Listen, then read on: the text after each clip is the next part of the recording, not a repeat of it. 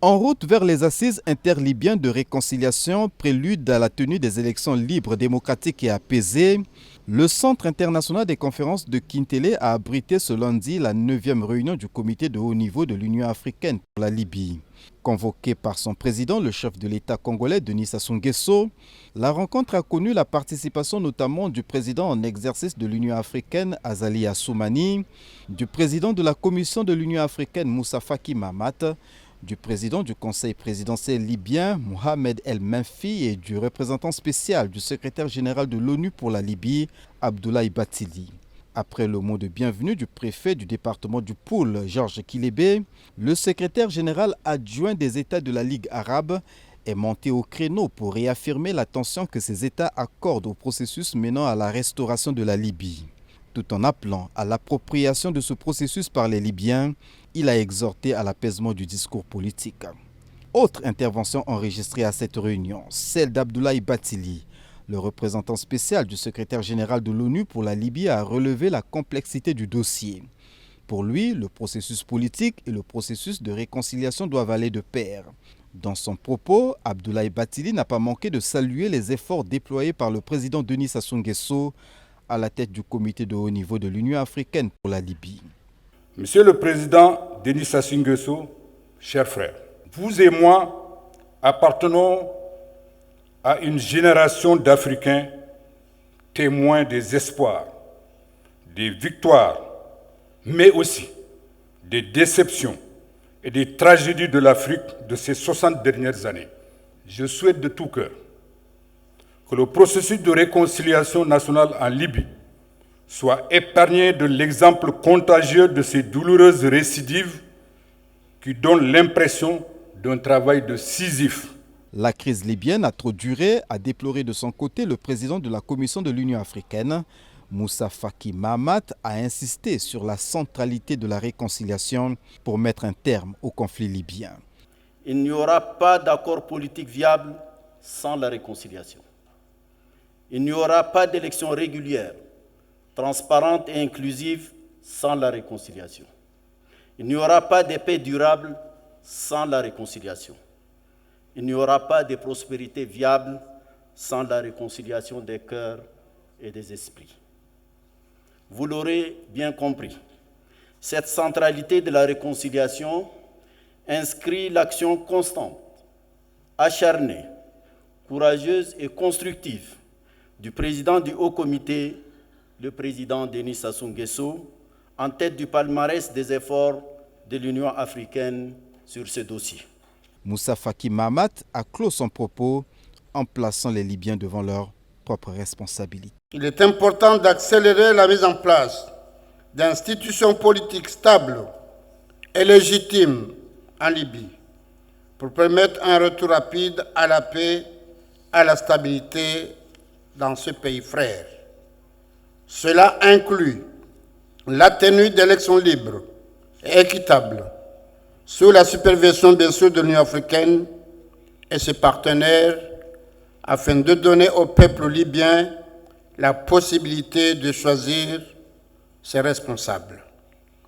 Ces institutions doivent être inclusives et représentatives de la diversité de la population libyenne afin de favoriser la confiance et la cohésion sociale. C'est désormais clair, la date et le lieu de la tenue de la conférence nationale de réconciliation interlibyenne sont connus. C'est le 28 avril 2024 à Sirte, ville située sur la côte méditerranéenne de la Libye, dans la région de la Tripolitaine. Ce qui a l'avantage de réunir en un temps record toutes les parties impliquées dans le conflit libyen. Le président de la République du Congo, Denis Sassou Nguesso, président du comité de haut niveau de l'Union africaine sur la Libye, se réjouit des avancées enregistrées pour parvenir à cette décision salvatrice. Mais pas de l'euphorie, a prévenu le chef de l'État congolais à l'ouverture des travaux. Après plus d'une décennie d'efforts colossaux et soutenus, le temps de la guerre est inexorablement révolu. Celui de la paix accélère résolument sa marche vers le dénouement de cette tragédie. Dès lors, Le retour à la paix ne peut se satisfaire des sourires de façade, des rapprochements opportunistes, encore moins des fraternisations éphémères devant l'optimisme grandissant du peuple libyen de retrouver enfin la quiétude et le bien-être sérieusement hypothéqués. La conférence nationale de réconciliation interlibyenne pose ainsi les jalons de sortie de crise et d'une paix durable en Libye, un événement qui va s'inscrire dans les annales de l'histoire du monde contemporain, dont le couronnement sera l'organisation des élections générales dans ce pays. La légitimité des urnes vaut mieux que la spirale des armes. Exhortation du président du comité de haut niveau de l'Union africaine sur la Libye. Par la suite, seront organisées des élections justes, équitables et transparentes, clé de la relance du processus démocratique en Libye. Daignons-nous nous convaincre tous et accepter définitivement que expression de la souveraineté du peuple libyen et socle de la stabilité des futures institutions, la légitimité des urnes vaut mieux que la spirale destructrice des armes. Denis Sassou Nguesso invite ainsi la communauté internationale, notamment les Nations Unies et d'autres partenaires, à s'impliquer davantage pour que le dialogue interlibyen soit une réussite, car après plus d'une décennie de destruction, l'heure est venue pour la Libye de revenir dans le concert des nations comme un acteur majeur. La 9e réunion du comité de haut niveau de l'Union africaine sur la Libye est convoquée à l'initiative du chef de l'État congolais Denis Sassou Nguesso, président du dit comité, pour examiner l'état du processus de réconciliation nationale en Libye. Du communiqué final, il ressort que les membres du comité reconnaissent et se félicitent des progrès politiques significatifs en Libye menant aux élections présidentielles et parlementaires. Aussi ont-ils souligné la nécessité d'unifier le pays à travers un processus de réconciliation nationale inclusif afin de favoriser la cohésion et l'unité sociale et politique. Les membres du comité ont en outre exprimé leur soutien à l'unification des institutions nationales conformément aux aspirations du peuple libyen et conformément aux résolutions de l'Union africaine et internationale. Les membres du comité ont salué la décision du président du Conseil présidentiel de créer dans les plus brefs délais un commissariat national à la réconciliation.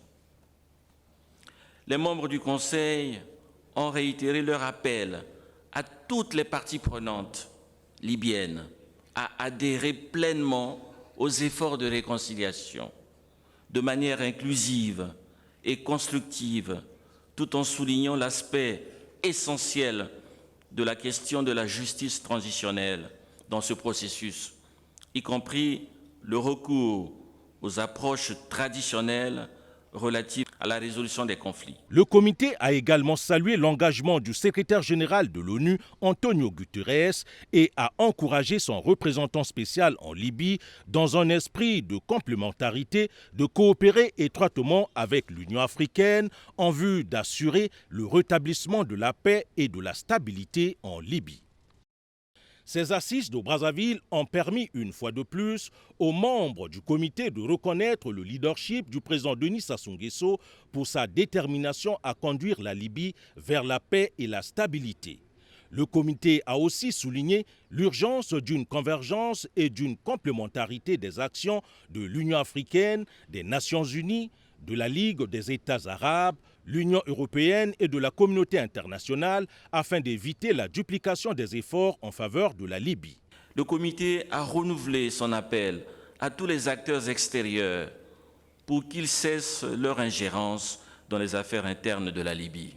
Des ingérences qui sont susceptibles de maintenir le statu quo qui prévaut et qui porte préjudice aux intérêts fondamentaux du peuple libyen, à ses aspirations légitimes à la stabilité, à la paix, à la prospérité et au développement. Enfin, les membres du comité ont félicité le leadership du président Denis Sassou Nguesso pour son engagement indéfectible et ses efforts inlassables en faveur de la paix en Libye. Ils ont en outre réaffirmé leur détermination à catalyser leurs actions de soutien en faveur de la tenue de la conférence de réconciliation nationale et de la conduite d'un processus électoral démocratique, crédible et transparent comme unique gage de paix pour l'ensemble du peuple libyen. Clôturant les travaux de la 9e réunion du comité de haut niveau de l'Union africaine sur la Libye, le président Denis Sassou Nguesso a lancé un appel pressant aux parties libyennes pour que les avancées enregistrées à Brazzaville soient applicables sur le terrain. Je me félicite des contributions dignes d'éloge qui ont constitué la trame de nos travaux.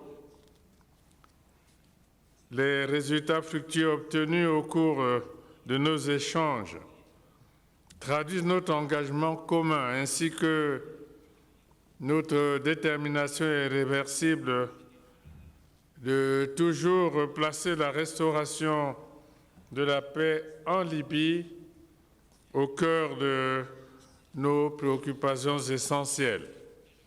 L'exigence et l'urgence d'une solidarité plus agissante nous interpellent tous. L'optimisme reste de mise. C'est pourquoi je lance, une fois de plus, un appel pressant aux parties libyennes pour que se consolide et se perpétue, tant sur le terrain en Libye qu'au sein de la grande commission préparatoire, les avancées enregistrées ici à Brazzaville. In fine, Brazzaville vient de baliser la voie vers la tenue de la conférence de réconciliation interlibyenne prévue le 28 avril prochain. En marge des travaux de la 9e réunion du comité de haut niveau de l'Union africaine sur la Libye, le président de la République, Denis Sassou Nguesso, a reçu en audience le Premier ministre nigérien, Ali Maman Lamine Zen. Au menu des échanges, les préparatifs de la conférence interlibyenne qui se tiendra en avril prochain à Sirte en Libye. La République du Niger, qui fait partie des pays membres du comité de haut niveau de l'Union africaine sur la Libye, salue la tenue intercongolaise de la 9e réunion de ce comité qui balise la voie vers la tenue de la réconciliation des différentes fractions libyennes. Le Premier ministre nigérien a saisi cette occasion pour informer le président de la République des derniers développements de la situation sociopolitique au Niger. Au-delà de la situation qui prévaut actuellement dans ce pays d'Afrique de l'Ouest, les autorités congolaises restent optimistes quant à la normalisation de la situation politique dans un futur proche dans ce pays frère qui a des relations diplomatiques et de coopération très étroites avec la République du Congo.